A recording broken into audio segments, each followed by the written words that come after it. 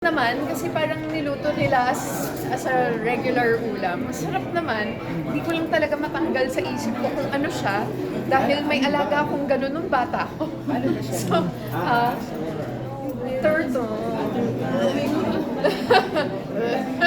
But, you know, memorable.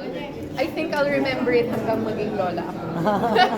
So, paano yung naging challenge bago mo kainin? Ano yung mga sinabi mo kay Sam? Nung in-offer niya sa'yo? Okay, binigyan kasi nila ako ng choice. It was, para bang yun yung punishment.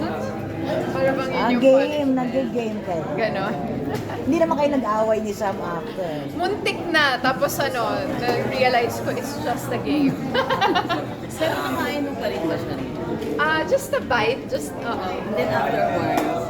Afterward, hindi. Pero honestly, nag-gag ako ng konti kasi nasa isip ko eh.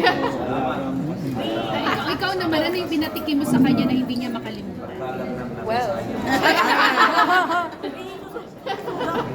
Hindi. please. Yes.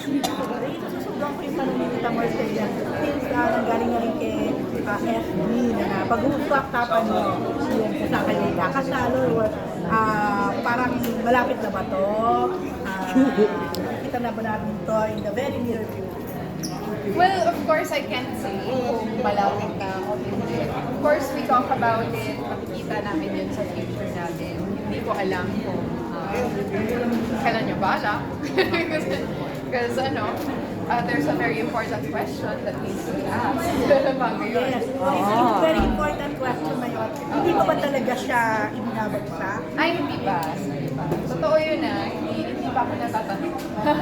Pero handa ka naman anytime na tanongin namin. Well, oo, kasi napag-uusapan naman talaga namin. And sometimes we fantasize about things, about our future, na parang, sana someday, ganun na yung tayo. Ganun na din kami mag-usap. Pero I'm sure may inkling na kung kailan. Kung kailan hindi, yun yung wala. Pero hindi rin wedding mo na sabi mo. The truth is, and alam niyo naman ko about me, na I actually don't really have a dream wedding. Hindi yun isang bagay na I grew up thinking about. In fact, I never dreamed of being married or anything like that. It's really just when I met him that I became more comfortable with the idea of it. So, yun yung absolute truth. Kaya yung kanina yung sinagot ko, di ba, bahala ka kung saan mo gusto. Kasi sa totoo lang talaga, wala akong expectation.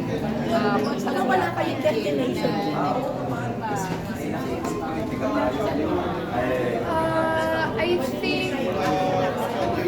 I think the way we are able to solve conflicts with each other, that's what makes me believe na I can really grow with this person and he can really grow with me. Pero Rian,